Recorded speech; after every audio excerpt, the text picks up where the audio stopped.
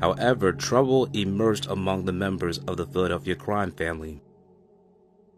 Narducci's boss, Angelo Bruno, was killed in 1980, causing friction amongst Bruno crime family soldiers. Bruno's successor, Philip Chicken Man Testa, took the reign as boss of the family. However, Frank Chicky Narducci has been reported to be enemies within the team. Narducci was reported to have a lot of money, but not a lot of power.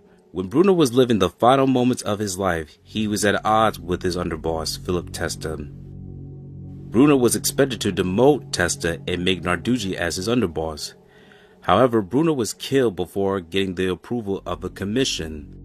The commission is the syndicate of all the bosses of the crime families in the United States.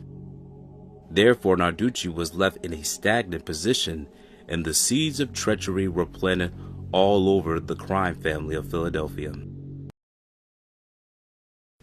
When Scarfo and Leonetti were transitioning their power to the Jersey Shore, Philip Testa was losing it on the streets of South Philadelphia. Basically, Chicky Narducci was back to his old tricks. The same stuff he was doing with Ange, the plotting against Phil Testa. He now started doing it with the underboss Pete Casella. Then on March 21st, 1980, on a rainy, stormy night, Angelo Bruno was killed in front of his home. A shotgun killed the docile Don and sent shockwaves to the criminal underworld. The commission, also known as the Boss of the Five Families of New York, decided to make Philip the Chicken Man Testa the new boss of the family. Originally, the commission wanted to make Nicodemo, Little Nicky Scarfo, to be Bruno's successor, but he declined and wanted to wait his turn since he was close with Testa, and he was hoping Testa would place him as the underboss. However, Testa would make Pete Casella his underboss. Scarfo will be a consigliere. Frank Chicky Narducci was also not happy about Scarfo's ascension to the top spot, but he could do little about it. Narducci had two sons, Frank Chicky Narducci Jr. and Philip Narducci, whom he could count on, and they were also a few associates whose loyalty he might be able to put to the test. Now we go over Philip Testa and Chicky Narducci's relationship. As their relationship began to unfold for the turn of the worst, Chicky Narducci requested $50,000 to borrow from Philip Chicken Man Testa. Testa was aroused by Narducci's request, and then he was aware because in the world of the mob, if someone borrows money from another guy, knowing they would have to pay it back, they would usually be killed so they would not have to repay the debt back. And Philip Testa was aware of this method because Philip Testa used this method against one of his own made guys. For example, Frank the Barracuda Sindone was a co-conspirator of the Angelo Bruno murder, and as for Vincent the Chin Gigante's instruction, the boss of the five families in New York had made sure that Philip Testa as the new boss will whack out any co-conspirators. So before Philip Chicken Man Testa has Frank Sindone ordered to be killed, he requested to borrow $50,000 from him. And once Frank Sindone was executed, he was awarded that money, and then also the funds for Frank Sindone's murder was split between his killers. Now, in Philip Testa's case by Chicky Narducci, now he was more suspicious about his capo's request. When Nicky Scarfo was made aware of this by Philip Testa the day before he was killed, he told Philip Testa that we need to kill Narducci before he gets to you. Philip Testa was so pleased to hear the words of his trusted friend that he kissed him on the cheek, but little did they know this would be the last time they would see each other.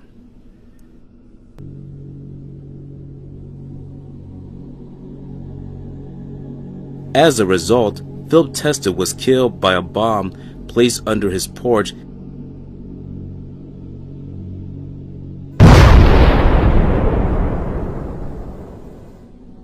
And the city of Philadelphia lost two godfathers in less than a year. by the time Philip Testa's funeral was being arranged, Frank Chicky Narducci was there, along with all the other members of the Philadelphia crime family from Atlantic City and South Philadelphia, come to Philip Testa to arrange the funeral and wake. And Frank Chicky Narducci said, "Nick, isn't this awful? Those no good Irish did this to our friend." As Nicky Scarfo did not believe Frank Chicky Narducci's statement. He was already aware that Philip Testa told him that he felt that Chicky Narducci was making a move to kill him. So therefore he plays dumb and says, "What can we do, Chick? We just need to see what happens." Chicky Narducci was then unassured to what Nicky Scarfo was saying.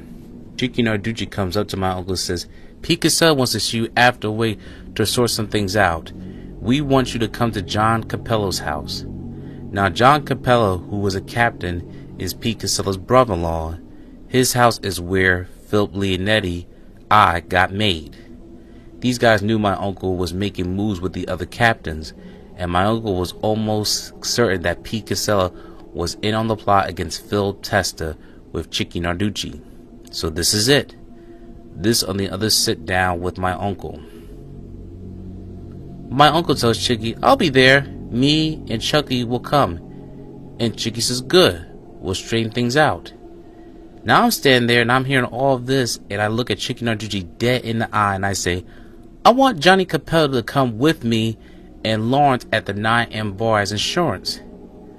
He leaves with my uncle and Chicky comes back from the meeting, and if anyone else but my uncle or Chucky walk through the door, Johnny Capello will be dead before they would get their guns out.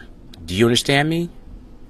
Now Chicky's taken aback as he has a stunned look on his face, and my uncle has a half a smile on his face, and he's proud that I spoke, and says, "That's what's it.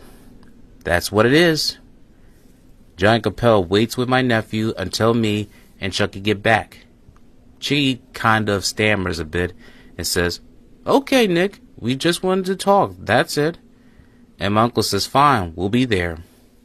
When Chicky walks away, I call him give me a look. I guess he felt that because he was a capital regime and I shouldn't talk to him like that. But I was just a soldier, and he was right. But if these guys weren't playing by the rules, why should I? So this new conspiracy is beginning when Narducci and Casella, Pete always had the kid around him, this Marinucci kid. He didn't get down on anything, but he was supposed to have a lot of balls, this kid. Casella just had him around, like a bodyguard. It was Chicky Narducci and Pete who planned this thing. The reason they used a nail bomb is so they wanted to make it look like the roofers did it. Because they know in the mob we're not allowed to use bombs, because then the FBI will get involved. So Testa gets killed, and right away Pete Casella as underboss tries to take over. On the night of Philip Testa's wake, Nicky Scarfo and Salvatore Chucky Merlino were summoned into the meeting at the Buckeye Club, a private social club in South Philadelphia, where Casella and Narducci had set up a shop. Merlino's, Scarfo's oldest friend, had been initiated into the organization a year earlier by Testa. He and his brother Lawrence Yogi Merlino, become two of Scarfo's most trusted allies. Salvatore Chucky Merlino was Scarfo's man in South Philadelphia. Lawrence Yogi Merlino, who moved to Margate, New Jersey, headed up to the construction company that literally paved the mob's way into the casino building boom, and established Little Nicky as a force to be reckoned with within the organization. Narducci tells Casella that if they whack out Phil Testa and Casella becomes the boss, he would give Casella $1 million so he could retire to Florida and he could name Chicky Narducci the boss. This is how bad Chicky Narducci wanted to be the boss. He was willing to pay $1 million for it. Now Chicky had 2 tons of money, he had millions of dollars, but he didn't have no real power. The fall. Frank Chicky Narducci was in a bad spot. While it appeared that he was a multi-millionaire mob capo and survived the bloodletting in the aftermath of the Bruno and Testa killing, Narducci faced an adversary with greater might than little Nicky Scarfo, Rico. Narducci was one of the several defendants named in a 1980 racketeering indictment brought by the U.S. Attorney's Office in the Philadelphia aimed at dismantling the Bruno crime family. The RICO, also known as the Racketeering Influence Corrupt Organization statute, had become the federal government's most reliable weapon in the war against organized crime. Within the scope of a RICO prosecution, the government first had to prove the defendants were members of the organization and the organization had engaged in illegal activities. The government had to show that each defendant had participated in at least 2 predicate crimes on the behalf of the organization. Predicate crimes covered under the RICO statute including facilitating illegal gambling operations, loaning money at usury rates, the trafficking. The RICO indictment charged Narducci originally, including Angelo Bruno and Philip Testa, but both men had died before the case was brought to court. Jury selection began on January 4, 1982, inside the federal courthouse located on Market Street, a few blocks away from Philadelphia's Old City neighborhood, which is one of the most historic areas in the United States, home of the Liberty Bell and the world-famous Betsy Ross House. Old City is where the Declaration of Independence was first read and the Constitution of the United States was written. In all the likelihood, none of this was on Chicky Narducci's mind, as he and several co-defendants left the courthouse after an exhausting 4th day of jury selection. But Pete Casella had fled to Florida, taking with him any hope of alliance with New York. Casella had taken his best shot and failed. He managed to survive. If living dispute in Florida with his daughter being considered survival, but he was no longer a player. When Chicky Narducci and Pete Casella's plan failed to kill Nicky Scarfo and Chucky Merlino, Nicky Scarfo had an ace up his sleeve, because when he told them that he had a meeting with Vincent the Chin Gigante and the whole 5 families of New York, they were shocked, and therefore they decided not to initiate of killing Nicky Scarfo and Chucky Merlino when they were at Johnny Capello's house. Therefore, Pete Casella and Chicky Narducci's days were numbered. Pete Casella was banished by Vincent the Chin Gigante to flee to Florida with his life and never was allowed to come back to Philadelphia again. And then word on the street was that only Pete Casella was banned from Philadelphia and that nobody else knew except for Nicky Scarfo, Philip Leonetti, Chucky Merlino. Pete Casella had to give up all the names that were involved in the co-conspirating of Philip Chicken Man Testa. Pete Casella had given up Frank Chicky Narducci, Rocco Marinucci, and the kid that Rocco knows. Therefore, Chicky Narducci's days were numbered. Chicky Narducci's gambling and bookmaking enterprises earned him millions for himself and the organization, so he continued to go about his business trying to avoid these crossing Scarfo and, more important, Salvie Testa, the young capo who was now building and expanding a lucrative racket operation in South Philadelphia. Besides, Narducci had other problems. His prosecution under federal RICO statute had started within the week on January 4, 1982. Narducci, like his co-defendants Joseph Ciccicciangalini, Harry Riccobini, Mario, Sonny Riccobini, and Pat Spirito, was free on bail. He would leave the courthouse at 6 in the Market Street each day and head home to South Philadelphia. From here we would start quoting Philip Leonetti's book, The Mafia Prince, and read from his perspective. Philip Leonetti stated, "The whole time we're sitting, the same guy who was running back and forth between Benny Eggs and the Chin keeps coming and going, whispering to Benny each time he does. All of a sudden the door opens and here comes Pete Casella, and he has Rocco Marinucci with him. Benny gets up to greet him, and Pete introduces Rocco as a friend of mine, which means he's not in the Cosa Nostra. He's not made, and Benny's colors change and he won't shake Rocco's hand. You can't bring him in here," Benny says to Pete, and one of the Genovese guys barked at Rocco, "Go, wait in the car," and Rocco was out the door, and he never looked back. Towards the end of the night, I'm sitting at a table with my uncle and Chucky, and my uncle mentions to Salvie to come over. My uncle says to Salvie, "I think it's time." Salvie says, "Time for what, Nick?" And my uncle says, "Your father." And Salvie's eyes gets real big. My uncle says, "It's two guys," and he nods towards Chucky Narducci, who is standing a few feet away from us talking to some other guy at the bar. That's one of them. And the other one is that young kid with the pizza shop, Pete's friend. Salvie nods his head, and he's staring straight ahead in Chucky Narducci's direction, almost like he's in a trance. My uncle says, "You handle it how you see fit. I want you to do this for your father and for this family." Salvie's sitting there, and his eyes had welled up with tears, and he leans up and he leans in and hugs my uncle and gives him a kiss on the cheek, and he wiped his eyes and said, "Thank you, Nick." And then he got up and boom, he's out the door. I think his emotion had gotten the best of him. Now when my uncle became boss, he didn't come back to Philadelphia, and he tells everyone what Pete Casella had said at the meeting with the chin and who was in on the Phil Testa murder. The word going around was that New York had Pete Casella a pass, and that they had retired him to Florida and made my uncle the boss. That was it. That was that story. No one knew that Pete had given up Chicky and Rocco Marinucci except for my uncle, and the only people who he told were me, Chucky, and Lawrence. We knew, but no one else in the family knew. Now we're at the Christmas party, and my uncle tells Salvie, and he gives him the okay to kill both guys.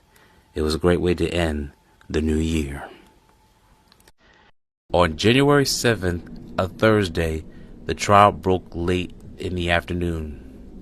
As the defendants were leaving the courthouse, Ciancaglini slipped away from the group and headed to the public telephone. Narducci got into his car and began the 20-minute ride downtown to his home. The kind of justice that Narducci was to face was not our nation's forefathers had in mind. He drove his car around the four-way intersection between Curtin and Juniper. Law enforcement officials can only speculate about whom Ciancaglini called and what was said. What the investigators know, it was before 6 p.m. Narducci was violently and permanently served from the RICO case. The evening, as Narducci parked his late model Cadillac half a block away from his South Philadelphia home and exited the car. As he was stepping out of his car, then a block away from his home, two men with guns walk up to him. Narducci heard someone say, "Hey, Frank," and he turned around to see who was calling. It was the Grim Reaper. To Narducci's shock and horror, he was staring at Salvatore Salvie Testa with a gun in his hand. The mob's longtime gambling czar's luck was about to run out. Testa pumped the first several shots into Narducci's face from point-blank range, and then Narducci's body crumbled into the streets below him.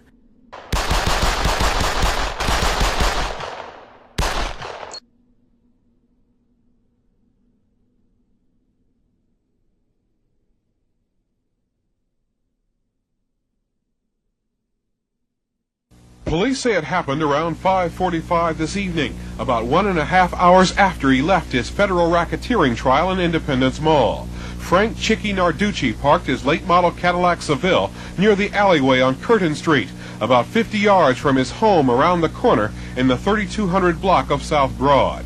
As he got out of the car, police say, shots rang out.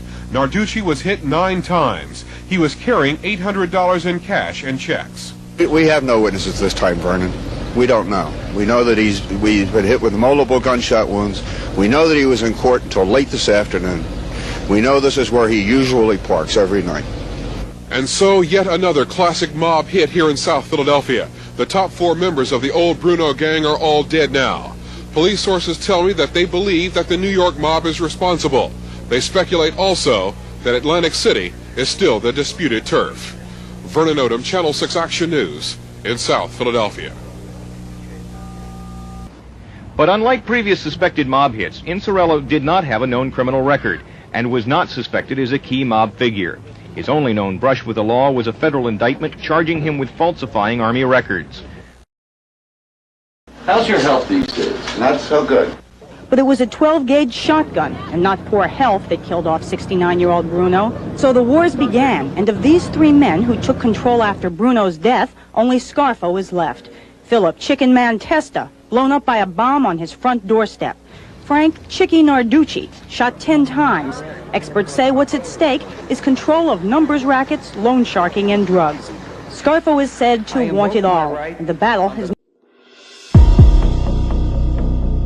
Testa and another gunman, his best friend and right-hand man, Joseph Joe Pungatore, would empty their guns into Narducci's fallen body as he lay bleeding and helpless, wedged between his car and the curb, struck in the gutter.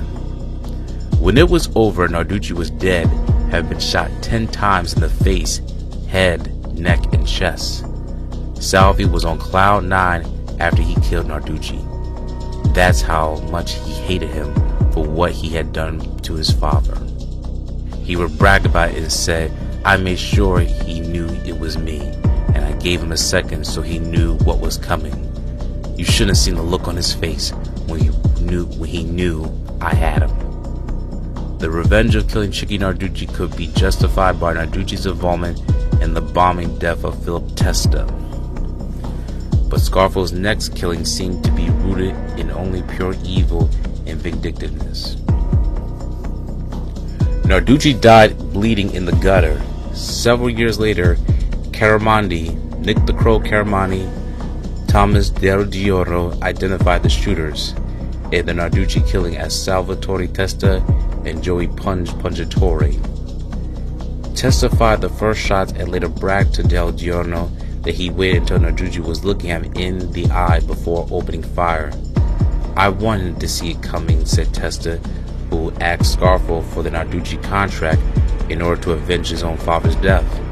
Scarfo was only happy to oblige. It was a time of vengeance in the Philadelphia mob, a time to settle old scores, and for some it was time to involuntarily.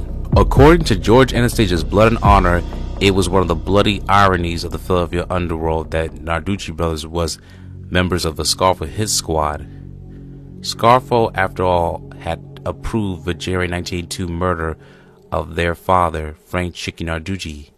Yet his sons, Frank Jr., who was adopted by Narducci when he was just a year old, and Philip, readily to put lives on the line for little Nicky. Testa personally killed the two men responsible for his father's death. Frank Chicky Narducci and Rocco Marinucci made no attempt to hide his satisfaction in those bloody acts of vengeance. Salvie used to say, "I wish that mother was alive so I could kill him again." Meeting Chicky Narducci, said Nick the Crow Caramani, "This is how much he hated this man. He had no mercy on anybody. Business was business, and killing him was business." Salvatore Testa quickly moved up the organizational ladder after the Narducci killing. He inherited most of his father's businesses, including a loan shark operation in South Philadelphia. Frank Chicky Narducci succumbed from his injuries from the hail of the bullets and lying in a pool of blood. It was the end of Frank Chicky Narducci Sr. He left behind his widow wife, Adeline Narducci. 1980, Philadelphia's crime family was about to become the most homicidal, violent mafia family in the country.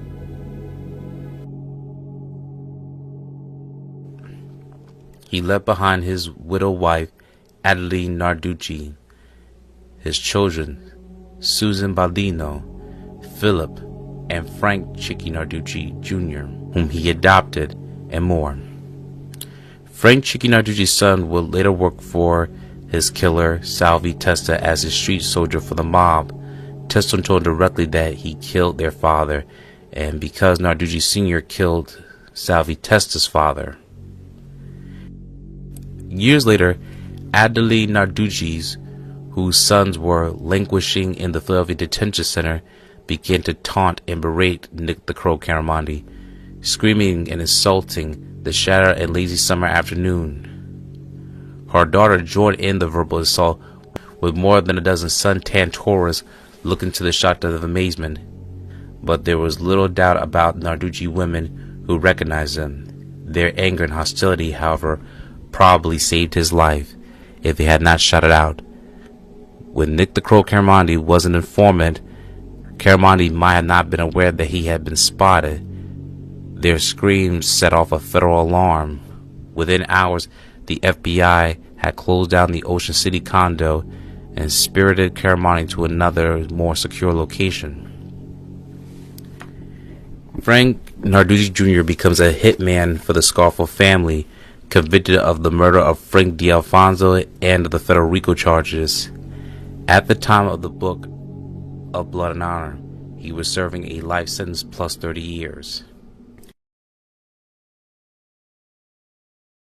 Salvie Testa had started 1982 off by killing Chicky Narducci, one of the men responsible for the bombing death of his father on March 15, 1981. The other killer, Rocco Marinucci, thought that Scarfo and Testa were unaware of his involvement in the Philip Testa murder. That's because guys in Salvie Testa's crew have been referring burglary jobs to Marinucci, who in addition to making pizzas and nail bombs, was also a renowned burglar. Right after Salvie killed Chicky Narducci, he went and grabbed Chicky's two sons, Frank and Philip, and brought them in. He told them, "I killed your father because he killed my father." Now Frankie and Philip were around La Cosa Nostra all their life through their father, so they knew the rules. Frankie was a made guy, and he was a part of Salvie's crew. Now when Salvie tells them this, they knew there's nothing they can say or do about it. If they tried to retaliate or anything like that, we would have killed them, both, and they knew it. So they accepted it for what it was, and everyone moved on. Now at the time, Frankie Narducci was tight with this Rocco Marinucci, the kid who made the bomb, so Salvie's crew, which included both Narducci brothers, are feeding this Rocco little jobs, and Rocco and Salvie's guys are making money together, and Rocco thinks he's in the clear, but this is a trap. Salvie's guys tell Rocco, "We need you to help us open a safe. We think there's a couple million there." So Rocco and Salvie's guys go to the Buckeye Club in South Philadelphia, which is Frankie Narducci's place, to go over the plan to get the safe and get the tools they needed. Rocco is thinking, this is it. This is the score of a lifetime. Now this whole time, Rocco is dealing with guys in Salvie's crew, but never Salvie himself. So they get to the club, they go inside, and the lights are out. Frankie says, must be a bad bulb. The other guys come in and Rocco is asking them if they brought flashlights so they can see, but the place is pitch black. Frankie says to Rocco, "There's some flashlights in the back room, and there's a light switch back there. See if there's working." Rocco finds a string hanging from the ceiling and pulls it, and a dim light goes on. As Rocco turns around, instead of seeing the flashlights, he sees Salvie Testa, the Grim Reaper, who will be striking again. Testa and his crew were known in the law enforcement circle as the Young Executioners, lived up to their name by strand. Salvie told me afterwards that he bought a bag of M80s and cherry bombs like the firecrackers you see on the 4th of July. He wanted to torture this kid within an inch of his life, and then when he was ready to kill him, he wanted to put the fireworks in his mouth and keep setting them off until he died. But the problem was the saliva in his mouth made it difficult to light the firecrackers, so they kept beating him, and every time they wouldn't light. So finally Salvie pulls out a gun and empties it into this kid's head. Then they stuff 3 of the firecrackers into his mouth to send a message that the killing was payback for what happened to Salvie's dad. The firecrackers weren't the only message that Salvie Testa and his young executioners would send. They purposely committed the murder on March 15, 1982, the 1-year anniversary of Philip Testa's death. In less than a year, Nicodemo, Little Nicky Scarfo, had established his burgeoning organization as the most ruthless regime in history of the Philadelphia mob. Gone were the docile dawn of days of Angelo Bruno. Nicky Scarfo was a gangster, and the men around him were stone-cold killers. This is exactly what my uncle wanted. He wanted people to be afraid of us, and they were. Everyone was scared to death, and for good reason. Scarfo and Leonetti had turned Atlantic City into the Wild West of the 1970s with several high prolific gangland killings, and now they were doing the same in the streets of South Philadelphia. When Scarfo and Salvatore Molino were summoned to the Buckeye Club in the night of Philip Testa's wake, Casella, Narducci, and several other associates, including Casella's young protege, Rocco Marilucci, were waiting for him. Meanwhile, the police continued stumbling upon over the bodies of mobsters and mob associates, and although the police had questioned him about the Testa contract, they were never able to gather enough evidence to link him to the bombing. Now, it didn't matter. This is timing and circumstances surrounding his death confirmed his involvement. Marinucci had been shot repeatedly in the head and chest. His hands were tied in front of his body with clothing line. His corpse was found on Federal Street in Southport, Philadelphia, Pennsylvania, and bullet wounds to the neck and chest and head. And here is some of the archive footage that we will show you now.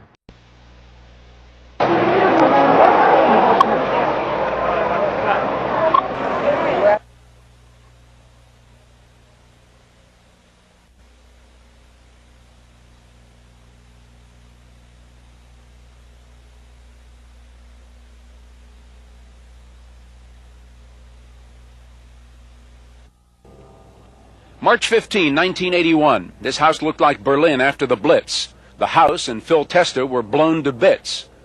Police tell Action News that across the street from that house, that night, a van belonging to Rocco Marinucci was parked.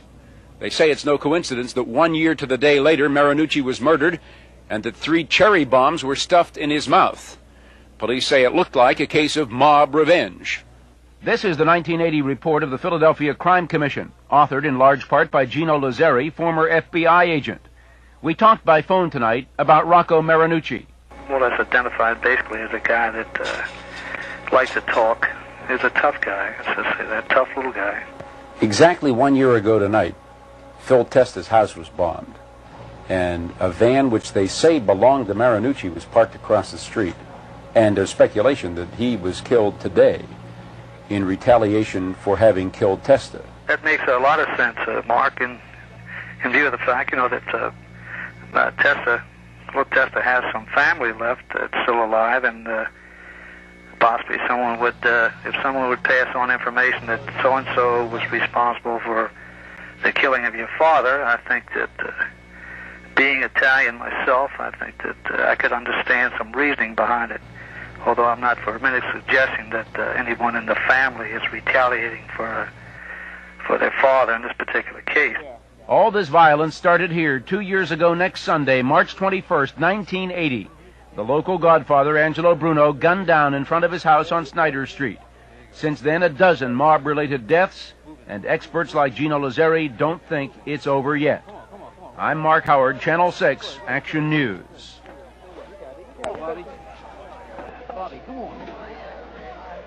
Frank on the scene also knows that Marinucci's cheeks were puffed out. This turned out to be a message from his killer. Stuffed inside Marinucci's mouth were 3 large unexploded firecrackers. The date was March 15, 1982, the first anniversary of the blast that killed Testa.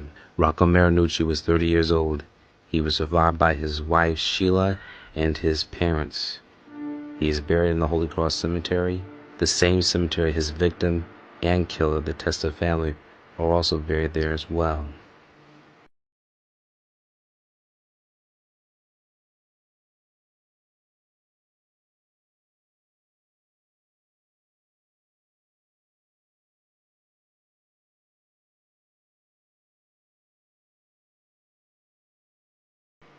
This concludes our Philadelphia crime family story. This is Philly Productions. We look forward to you to watching our documentaries.